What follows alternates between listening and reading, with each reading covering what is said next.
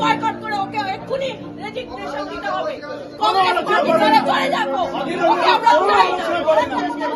কারো কর্মীর সাথে কথাই বলে না, কর্মীদের সঙ্গে কথা বলে নিজে তালাশাই আর কর্মী ছাড়া কোনো নেতা হয় না।